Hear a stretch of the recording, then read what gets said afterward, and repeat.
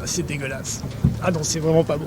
Mais honnêtement, non, c'est pas si mal. Mais tes enfants, tu leur sers ça, ils disent quoi? Je leur sers pas ça. Ils te le jettent à la figure. Non, ouais. non, je leur sers pas ça. Est-ce que vous connaissez le Tang? Si vous avez grandi dans les années 80, vous avez déjà forcément vu ces petits sachets colorés. Mais aujourd'hui, ils ont disparu.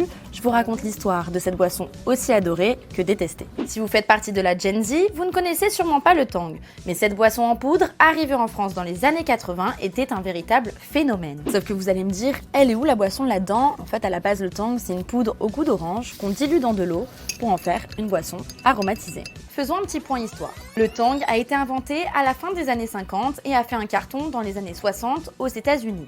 La boisson est tellement pratique par rapport à une canette qu'elle finit même par aller dans l'espace puisqu'elle fait partie du kit alimentaire emporté par John Glenn, le premier américain mis en orbite en 1962. En France, il faut attendre les années 70-80 pour que le Tang connaisse le même succès. À la télévision, les enfants sont matraqués de pubs vintage et d'autres goûts sont créés en plus de l'orange. Parmi ces enfants, Fred et Pascal, deux de nos journalistes, on va leur faire goûter du Tang pour voir si ça leur rappelle des souvenirs. Et on va comparer avec Laure et Salomé qui n'en ont jamais goûté. Ah non, c'est vraiment pas bon. Oh, c'est vraiment de l'aspirine aux vitamines C. On est rarement d'accord, Fred et moi, mais cette fois, Ah non, c'est infâme. on est d'accord à 100%. Alors- si l'orange est dégueulasse, Alors, le seul- citron, c'est vraiment pas mieux. Le citron, je lui mettrai 4 sur 10. Et l'orange, je lui mets 1. T'es dur. Moi, l'orange, je lui mets 2. Et le citron, je lui mets 5. C'est ultra chimique.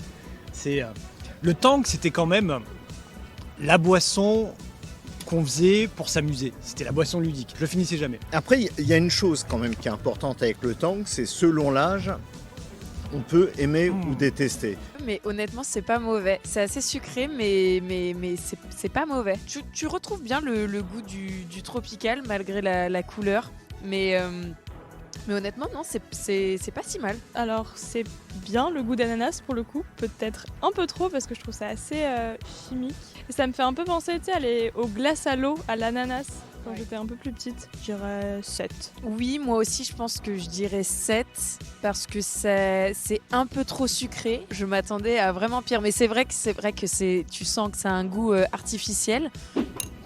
Et en effet, ce qui est incroyable avec le Tang, c'est qu'il n'y ait aucun extrait d'orange et que tout soit chimique. D'ailleurs, ce goût chimique est assez mal passé en France. Des marques tricolores ont accusé la marque américaine General Foods de communication trompeuse sur le goût du Tang et la justice leur a donné raison.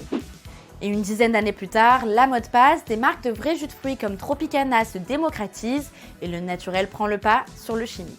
Les ventes s'effondrent pour la poudre orange américaine et Tang disparaît des supermarchés français.